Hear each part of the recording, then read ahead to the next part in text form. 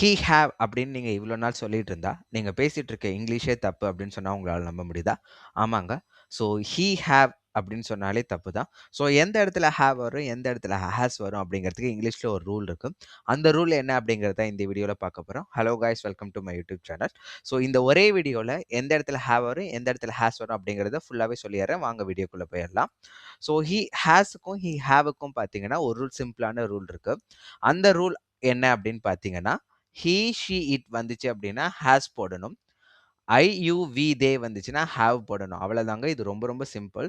So அடுத்தவங்கள அதாவது he, she, it அப்படிங்கிற வரப்ப அந்த இடத்துல கண்டிப்பா வந்து ஹேஸ் தான் வரும். ஸோ ஐ, யூ, வி, தே வந்துச்சு அப்படின்னா அந்த இடத்துல ஹேவ் வரும். எப்படின்னா ஹி ஹேஸ் தான் சொல்லணும். ஹி ஹேவ் சொல்லக்கூடாது. அதே மாதிரி ஐ ஹேஸ் சொல்லக்கூடாது. ஐ ஹேவ் அப்படிங்கிறது தான் சொல்லணும். ஸோ இது பார்த்தீங்கன்னா பாசிட்டிவானது. நெகட்டிவ்ல எப்படி சொல்லலாம் அப்படின்னு பார்த்தீங்கன்னா, நெகட்டிவ் ஃபார்ம்லாம் ஒண்ணுமே கிடையாது. நாட் போடுவோம் இல்லையா? ஐ அம் நாட் அந்த மாரி இடத்துல, நாட் வரப்ப ஹேஸ்ங்கிற ஒரு ஆப்ஷனே அந்த இடத்துல கிடையாது. ஸோ நீங்க ஏதாச்சும் ஹி டஸ் நாட் ஹேவ் அப்படின்னு தான் சொல்ல முடியும். அந்த இடத்துல வெறும் ஹேவ் மட்டும் தான் வரும். ஹி டஸ் நாட் ஹேஸ் அப்படிங்கிறது வரவே வராது. ஸோ நான் சிம்பிளா நீங்க வந்து பாசிட்டிவ்ல சொன்னீங்க அப்படின்னா ஹேஸ் வரும். நெகட்டிவ்ல ஹேவ் மட்டும் தான் வரும். ஸோ இதுதாங்க இந்த சிம்பிள் ரூல். இத வச்சு ஒரு சில எக்ஸாம்பிள் நான் உங்களுக்கு டைரக்ட்டா சொல்லிக் குடுத்துர்றேன் வாங்க. ஸோ இந்த இடத்துல பார்த்தீங்கன்னா என்ன இருக்கு? ஃபர்ஸ்ட் பார்த்தீங்கன்னா ஹி இருக்கு. ஸோ ஹி ஹேஸா, ஹேவா அப்படின்னு பார்த்தீங்கன்னா, ஹேஸ் தாங்க கரெக்ட். ஏன்னா ஹி வந்துருச்சு. So he has a bike. So இந்த இடத்துல பார்த்தீங்கன்னா ஐ வந்திருக்கு. ஐ வந்துச்சுன்னா என்ன? ஹேவ் சொல்லணும் அப்படின்னு சொல்லியிருக்கேன். ஸோ ஐ ஹேவ் டைம் அப்படிங்கிறது தான் கரெக்ட்டான ஆன்சர். ஸோ தே வந்திருக்கு. தே வந்துச்சுன்னா என்ன ஆன்சர்? அதே ஹேவ் தான் வரும். ஏன்னா ஹி, ஷி, இட்டுக்கு மட்டும் தான் ஹேஸ் வரும். அதனால தே ஹேவ் அ மணி அப்படிங்கிறது தான் கரெக்ட்.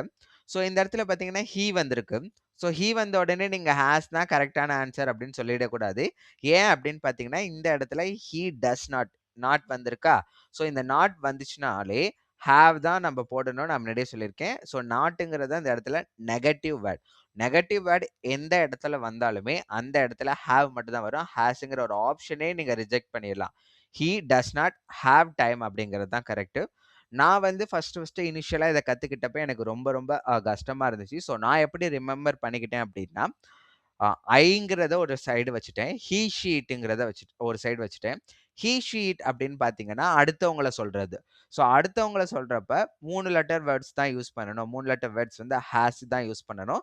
ஏன்னா அது அடுத்தவங்களுக்கு.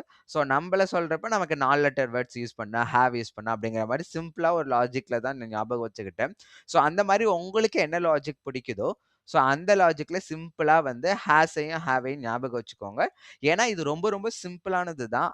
ஆனா, நீங்க இந்த இடத்துல தப்பு பண்ணீங்க அப்படின்னா, உங்களுக்கு பேசிக் இங்கிலீஷே தெரியலன்னு, நீங்க நார்மலா பேசினாலும் சரி, இல்ல ஒரு இன்டர்வியூக்கு போனாலும் சரி, உங்கள வந்து ஓகே இந்த பையனுக்கு இந்த பொண்ணுக்கு ஒரு பேசிக் நாலேட்ஜே இங்கிலீஷ்ல இல்ல. அப்படின்னு உங்கள கண்டிப்பா ரிஜெக்ட் பண்ணுவாங்க. உங்க மேல ஒரு ராங் ஒப்பீனியன் வந்துரும். இந்த மாரி வேற ஏதாச்சும் வீடியோஸ், இல்ல இந்த மாரி இங்கிலீஷ் ரூல்ஸ் வேணும்னா கண்டிப்பா சப்ஸ்கிரைப் பண்ணிட்டு பாருங்க. நெக்ஸ்ட் வீடியோல பார்க்கலாம். பாய் பாய்.